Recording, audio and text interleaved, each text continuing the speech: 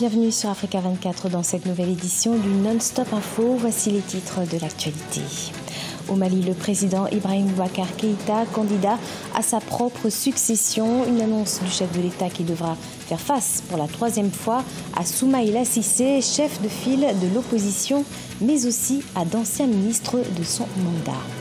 L'inflation répartie à la hausse au Cameroun. Les prix des produits à la consommation des ménages ont en effet augmenté de 0,8%, une hausse qui se justifie par la réévaluation du prix du timbre communal en 2017. Et puis, les vaccinations contre le virus Ebola ont démarré en République démocratique du Congo.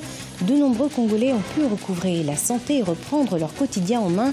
Le gouvernement congolais continue néanmoins de sensibiliser les populations sur les règles d'hygiène à observer. Le président Ibrahim Boubacar Keïta est candidat à sa propre succession après avoir reçu le soutien de plus de 60 partis politiques. Le chef de l'État a finalement fait acte de candidature. La réunification du pays sera l'une de ses grandes priorités. Le point avec Mokhtar Bari. Le président sortant Ibrahim Boubacar Keïta, après avoir reçu le soutien de plus de 60 partis politiques rassemblés désormais dans la coalition Ensemble pour le Mali, est désormais candidat à sa propre succession. Depuis son domicile privé de Sébenikoro, c'est dans un discours solennel que le président a choisi de solliciter de nouveau le suffrage des électeurs. Il estime que du travail reste à faire tant sur le plan sécuritaire que celui de la réconciliation nationale. Aujourd'hui, aucune ambition personnelle ne m'habite. Aucune volonté de durer ne m'anime. Je ressens simplement et seulement le profond désir de poursuivre mon devoir, qui est de servir au mieux le Mali, en ces heures où les incertitudes ne sont pas encore totalement levées. Restaurer la paix, réunifier un pays en proie aux groupes terroristes, tels sont les grands axes du programme de Ibrahim Boubacar Keïta, qui s'engage à réconcilier les pays tant au nord qu'au centre s'il est réélu. Lorsque je serai élu et le favoriser, je me donnerai comme priorité de consolider les acquis, d'améliorer la prise en charge des urgences et de restituer entièrement à notre pays sa grandeur de nation debout. En tête des priorités, je placerai la sécurisation de notre territoire national.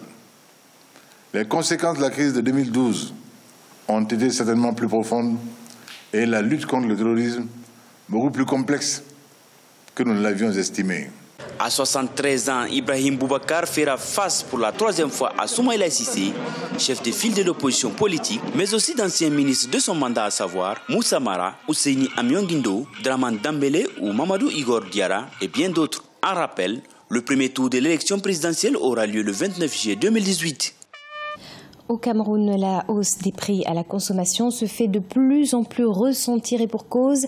Les prix des produits alimentaires ont enregistré une augmentation de 0,5% au cours des 12 derniers mois. Une situation pesante pour les ménages les plus modestes. Reportage Nelly Claude Ebessa, notre correspondante au Cameroun. Les ménages camerounais ont ressenti une légère incidence en hausse dans leur habitude de consommation au cours du premier trimestre de cette année. En effet, les prix des produits à la consommation des 10 ménages ont augmenté de 0,8%. Cette hausse était de 0,4% à la même période en 2017 et de 1,5% au premier trimestre 2016. Une hausse qui, selon l'Institut national des statistiques, se justifie par l'inflation consécutive à la réévaluation du prix du timbre communal en 2017. L'augmentation des prix des biens et services divers résulte principalement de la progression des prix du timbre communal. En effet, la loi de finances pour l'exercice 2017 a relevé les prix du droit de timbre communal à 200 francs en 2016, à 600 francs en 2017. Et l'on est passé à 500 francs depuis le début de l'année 2018. Cette tendance a également entraîné une augmentation de 0,5% des prix des produits alimentaires. En mars 2018, le niveau général des prix a légèrement augmenté de 0,1% après une croissance du même ordre un mois plus tôt. Une fluctuation de prix qui découle principalement du renchérissement des prix du poisson et fruits de mer, soit 3,4%, ainsi que de la remontée des prix du pain et des céréales à 1,7%. Je ne crois pas que pour l'avenir, on puisse avoir des inquiétudes compte tenu de ce que l'année d'avant, à la même période, le taux d'inflation était relativement bas. Cependant, compte tenu de ce qu'au Cameroun, les revenus sont extrêmement bas. Une inflation, même de cette envergure-là, peut effectivement gêner considérablement la ménagère. Pour mémoire, le gouvernement, via le ministère de l'économie, a pris des mesures qui pourraient contribuer à limiter la hausse du niveau général de prix en 2018. Il s'agit notamment de l'instauration des droits à l'exportation de 5% sur certains produits comme l'huile de palme, la noix de cola, mais aussi l'exonération de la TVA à l'importation sur les bouteilles de gaz à usage domestique et certains produits pharmaceutiques. Le président sénégalais Macky Sall a reçu ce lundi 28 mai les principaux leaders des étudiants. Objectif, sortir de la crise universitaire. Le chef de l'État promet de satisfaire certaines revendications, notamment la revalorisation des bourses d'études et le renforcement de l'équipement des campus universitaires. Explication, Ibrahima Dioumaba. La crise universitaire qui gangrène les établissements publics du Sénégal est en passe de s'estomper. Lundi 28 mai 2018, le président Macky Sall a reçu une partie des leaders d'étudiants au Palais de la République. En marge de cette rencontre, le chef de l'État a décidé d'augmenter les bourses. Ainsi, la demi-bourse passe de 18 000 à 20 000 francs CFA, la bourse entière de 36 000 à 40 000 francs CFA, la bourse de troisième cycle de 60 000 à 65 000 francs CFA. Au même moment, l'aide annuelle est passée de 60 000 à 100 000 francs CFA pour les non-boursiers. Dès l'entame de ses propos, il a réitéré l'engagement de son gouvernement à agir à telle enseigne que justice soit faite sur la mort de Seydou Loukel. Le président a pris des engagements fermes pour payer le 5 de chaque mois la bourse. Et nous pensons que cette fois-ci, ces engagements-là seront scrupuleusement respectés. En plus de la revalorisation des bourses, le président Macky Sall a diminué les prix des tickets de restauration. Le coût du petit déjeuner est passé de 75 à 50 francs CFA et celui du repas est passé de 150 à 100 francs CFA. Ces mesures seront appliquées à partir de juillet 2018. Plus tôt dans la semaine, le chef de l'État avait déjà annoncé 30 000 lits supplémentaires pour renforcer le logement dans les différents campus universitaires. Malgré ces acquis, les étudiants sont très divisés sur la gestion de cette crise.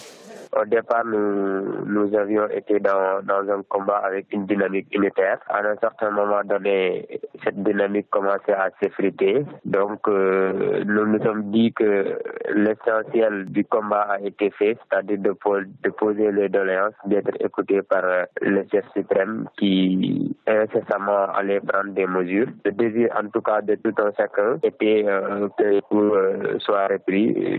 C'est ce que nous avons compris et nous l'avons fait. Face aux étudiants, Macky Sall a également promis des ambulances aux universités de Dakar, de Saint-Louis, de Bambey, de Thiès et de Ziguinchor. Le Sénégal investit chaque année 170 milliards de francs CFA, soit 25,1% du budget de l'État dans le secteur de l'éducation, dont les 52 milliards sont consacrés aux bourses des étudiants, selon les chiffres fournis par le président Sall. Un plan de riposte contre le virus Ebola en République démocratique du Congo. Les populations retrouvent peu à peu leur sérénité grâce au vaccin contre ce virus. Au-delà des vaccins, le gouvernement congolais ainsi que des organisations non gouvernementales sensibilisent les populations sur les règles d'hygiène à observer. Reportage Radidiatou Badawi. Ici à Bandaka, la psychose des populations autour de l'épidémie Ebola se dissipe peu à peu avec le soutien de l'UNICEF et du gouvernement congolais. Depuis quelques jours, les personnes atteintes du virus Ebola sont prises en charge dans les centres de santé. Et pour des mesures de précaution, des vaccins préventifs sont également administrés aux populations de la localité. Aussi, une sensibilisation des populations sur les règles d'hygiène à observer est faite. La grande mission que nous avons, donc en communication pour le développement ici, avec UNICEF, c'est pour arriver à mobiliser la population autour de la vaccination. Donc nous entrons dans le ménage, des contacts pour leur parler de la vaccination qui arrête la chaîne de transmission. Dans cette localité touchée par l'épidémie de virus Ebola, le personnel médical use d'une communication de proximité pour mieux convaincre les populations à se diriger vers les centres de santé. Nous leur parlons de ce qu'ils doivent se faire, comment ils doivent se comporter et enfin les amener au site des vaccinations pour se faire vacciner.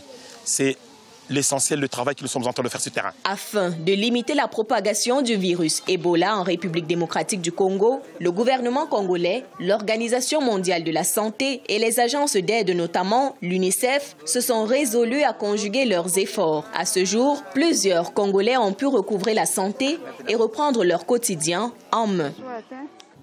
Ce journal a été préparé par l'ensemble de la rédaction. Merci de l'avoir suivi. Dans quelques instants, une nouvelle édition de l'actualité sur Africa 24.